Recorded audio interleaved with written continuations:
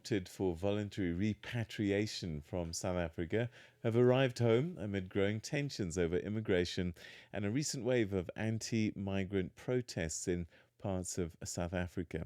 According to Nigeria's Ministry of Foreign Affairs, more than 1,000 Nigerians registered to return home, with the first flight carrying more than 260 passengers landing in Lagos on Thursday.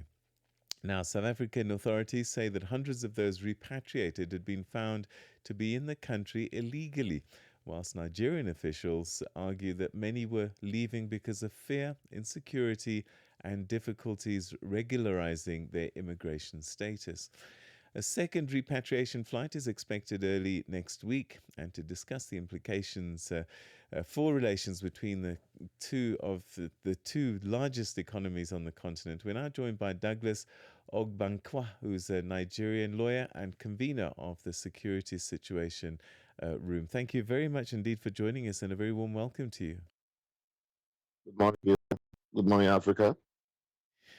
Tell me, what's been the reaction in Nigeria to this voluntary repatriation of hundreds of Nigerians from South Africa? How's it being viewed by the public in Nigeria?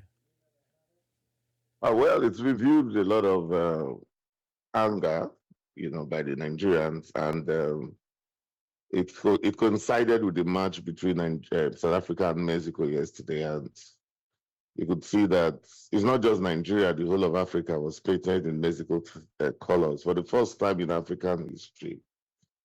Africans supported a non-African team, and it's an anathema for some of us, because as a young boy growing up in Nigeria, the first World Cup I watched was the one that Cameroon got to the quarterfinals. Nigeria wasn't there, neither was South Africa. And we all supported Cameroon because we saw ourselves as Africans. So there's a lot of trolling going on the internet, on South African and South Africans generally, with Nigerians and other Africans trolling South Africans on why they lost, tying it to the xenophobia, So, but to bring it straight to your question, the 558 Nigerians that were repatriated, or that voluntarily came, they voluntarily came to Nigeria yesterday via the Nigerian government arrangements. By the analysis that we saw and the documentation at the airport, none of them were illegal immigrants. A lot of them were professionals who had very successful either practice or business in South Africa. And the stories that we saw, which I'm going to share with you after this interview, were very gory. Stories of Nigerian children being caught kidnappers by South African teachers. Stories of Nigerians who enter South African taxis being given names. So it's actually something that we all have to worry about. I being someone that knows, I know that it's not every South African that is xenophobic. And the xenophobia happens in some parts of South Africa, not all parts. And I would want those South Africans that are xenophobic to know that the visa is an artificial barrier created by the white man to keep Africans away from each other. It's actually not possible for us as a continent to grow with this kind of things happening. We have we like call it the African Continental Free Trade Agreement and the African Continental Free Trade Area (AfTA), which has the purpose of having a single economy for Africa, to have an area, a trading area among African countries where they can be able to have perhaps a single tariff someday of custom duties and all that.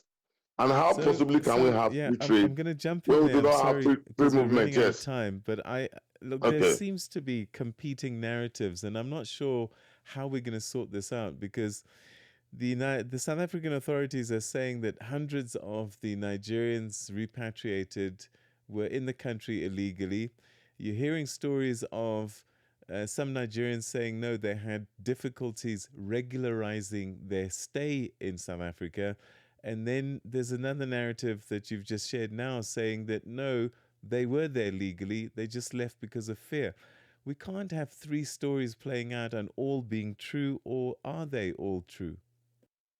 Okay, fantastic. But what is true, and I have to be very, very plain with you, Peter, excuse me, is that the South African government has been indifferent to the threatening of Africans, to the sometimes we hear killings of Africans.